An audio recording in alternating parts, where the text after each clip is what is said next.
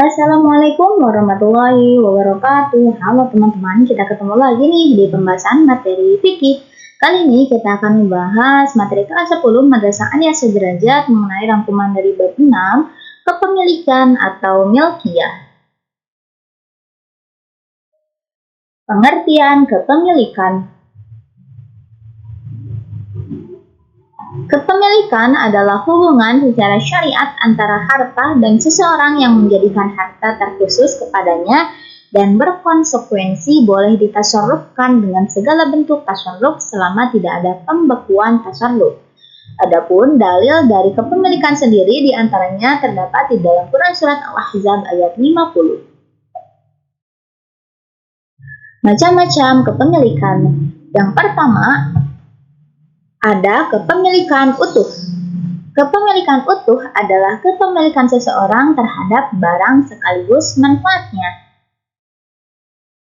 Di antara sebab-sebab kepemilikan utuh adalah ada isti'la ala al-mubah, yaitu kepemilikan seseorang terhadap barang yang belum pernah berada dalam kepemilikan seseorang dan tidak ada larangan syariat untuk memilikinya, seperti penangkapan ikan di laut, mengambil air dari sumber, dan berburu hewan.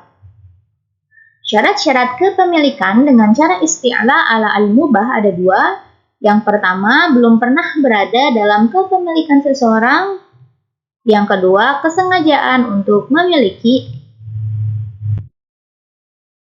Yang kedua, ada al-uqud, yaitu kepemilikan seseorang terhadap barang dengan cara transaksi seperti transaksi hibah atau pemberian, bai atau jual beli, i'arah atau pinjam meminjam, dan lain sebagainya. Yang ketiga ada khalafiyah, yaitu kepemilikan seseorang terhadap barang dengan cara pergantian, baik berupa pergantian orang yang dikenal dengan istilah warisan atau berupa pergantian barang yang dikenal dengan istilah ganti rugi atau tadmin. Khalafiyah ada dua macam, yang pertama ada warisan, dan yang kedua ada ganti rugi atau tadmin. Selanjutnya yang keempat ada tawallud min al-mamluk, yaitu kepemilikan seseorang terhadap barang hasil dari apa yang dimiliki, seperti buah dari pohon yang dimiliki, anak sapi dari sapi yang dimiliki, dan susu kambing dari kambing yang dimiliki. Setelah tadi kita bahas mengenai kepemilikan yang utuh, kali ini kita akan membahas mengenai kepemilikan yang tidak utuh. Nah, kepemilikan tidak utuh adalah kepemilikan seseorang terhadap barang atau manfaatnya saja. Di antara kepemilikan tidak utuh, yang pertama ada kepemilikan barang. Kepemilikan barang adalah kepemilikan seseorang terhadap barangnya saja, yakni barangnya yang miliki, sedangkan manfaatnya milik orang lain. Yang kedua ada kepemilikan manfaat. Kepemilikan manfaat adalah kepemilikan seseorang terhadap manfaatnya saja, sedangkan barangnya milik orang lain. Sebab-sebab kepemilikan manfaat ada 4. Yang pertama transaksi pinjam-meminjam i'arah. Yang kedua transaksi persewaan atau ijarah. Yang ketiga transaksi wakaf. Dan yang keempat transaksi wasiat manfaat. Selesainya hak pemanfaatan barang. Yang pertama, habisnya waktu yang telah disepakati dalam transaksi. Yang kedua, rusaknya barang. Dan yang ketiga, meninggalnya pemilik barang. Akad atau transaksi. Secara bahasa, akad adalah hubungan antara beberapa hal. Secara istilah, akad memiliki dua makna, yakni makna umum dan makna khusus. Akad secara umum adalah rencana seseorang untuk mengerjakan sesuatu, baik atas dasar keinginan tunggal satu orang, seperti akad wakaf dan talak, atau butuh dua keinginan dua orang untuk mewujudkannya, seperti akad jual beli dan akad perwakilan. Akad secara khusus adalah ijab dan qabul dengan cara yang dilegalkan syariat dan berkonsekuensi terhadap barang yang menjadi objek akad. Adapun di antara dalil akad yakni terdapat di dalam Quran Surat Al-Maidah ayat 1. Struktur akad. Yang pertama ada sigot, yang kedua ada akid, yang ketiga ada ma'qud alaih, dan yang keempat tujuan akad. Tujuan akad akan berbeda dalam setiap akad. Seperti yang pertama akad bai, yang tujuan akadnya adalah memindah kepemilikan barang kepada pembeli dengan alat pembayaran. Yang kedua ada akad ijaroh, yang tujuan akadnya adalah memindah kepemilikan manfaat barang kepada penyewa dengan alat pembayaran. Dan yang ketiga ada akad hibah, yang tujuan akadnya adalah memindah kepemilikan barang tanpa imbalan. Macam-macam akad. Yang pertama ada berdasarkan objeknya. Ada akadun maliyun, yaitu akad yang terjadi pada objek akad berupa harta, baik kepemilikannya dengan sistem timbal balik seperti akad bai jual beli, atau tanpa timbal balik seperti akad hibah, atau pemberian dan akad qard yakni utang piutang. Yang kedua ada akadun ghairu maliyin, yaitu akad yang objek akadnya tidak berupa harta seperti akad wakalah atau perwakilan.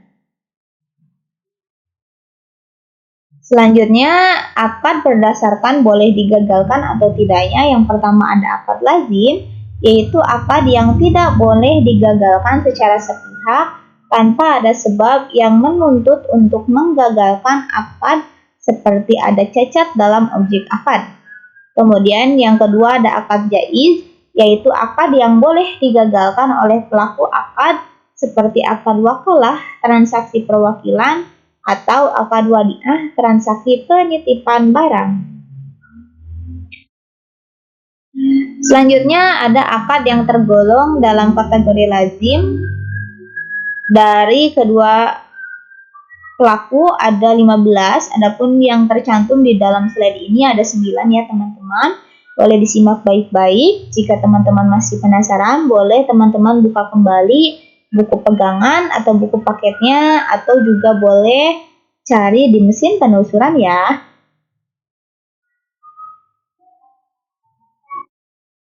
Nah, adapun di sini juga ada akad yang tergolong dalam kategori jaiz. Dari kedua pelaku akad ada 12. Adapun yang di dalam video ini saya cantumkan 7 ya teman-teman. Jadi teman-teman boleh cari atau eksplor kembali mengenai sisanya di buku paket teman-teman.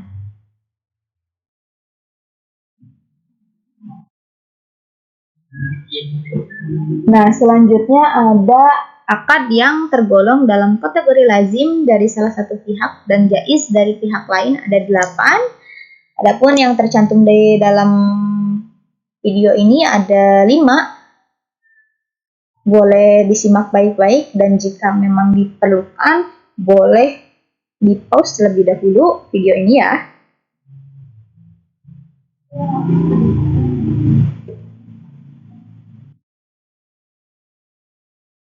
Nah, selanjutnya ada macam-macam akad berdasarkan adanya imbalan. Yang pertama ada akad mu'awadhah, yaitu akad yang di dalamnya terdapat imbalan atau iwad baik dari satu pihak atau kedua belah pihak, seperti akad bai atau transaksi jual beli dan akad ijarah transaksi persewaan. Akad mu'awadah ada 2, yang pertama ada mu'awadah mahdoh dan yang kedua mu'awadah ghairu mahdoh. Adapun yang kedua ada akad tabarru, yaitu akad yang di dalamnya tidak terdapat imbalan atau iwad seperti akad hibah, transaksi pemberian. Akad tabarru ada 5, yang pertama wasiat, yang kedua itqun atau memerdekakan budak, yang ketiga hibah atau pemberian, yang keempat wakaf, dan yang kelima ada ibahah, perizinan untuk menggunakan barang. Selanjutnya ada macam-macam akad berdasarkan terpenuhi rukun atau tidaknya. Nah, di sini ada akad sahih, yaitu akad yang terpenuhi semua rukun dan syaratnya. Dan yang kedua ada akad fasid, yaitu akad yang tidak terpenuhi semua rukun dan syaratnya. Macam-macam akad berdasarkan adanya batas waktu yang ditentukan atau tidak terbagi menjadi 2. Yang pertama ada akad mu'aqqad, yaitu akad yang disyaratkan harus ada penyebutan batas waktu, dan yang kedua ada akad mutlak, yaitu akad yang tidak diharuskan ada penyebutan batas waktu.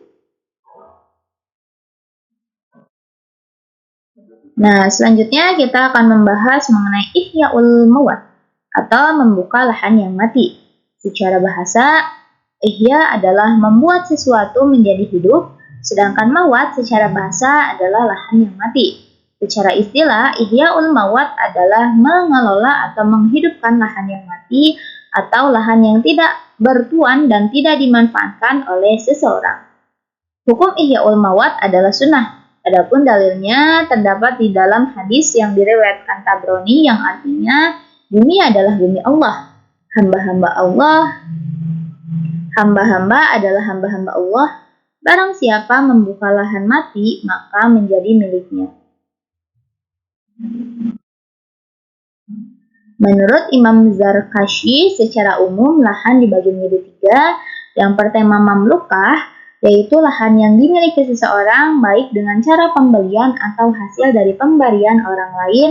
Yang kedua ada mahbusah, yaitu lahan yang tidak bisa dimiliki baik karena terikat dengan kepentingan umum seperti jalan raya dan masjid atau kepentingan individu seperti barang wakaf. Dan yang ketiga ada munfaqoh, yaitu lahan yang tidak terikat dengan kepentingan umum atau kepentingan individu.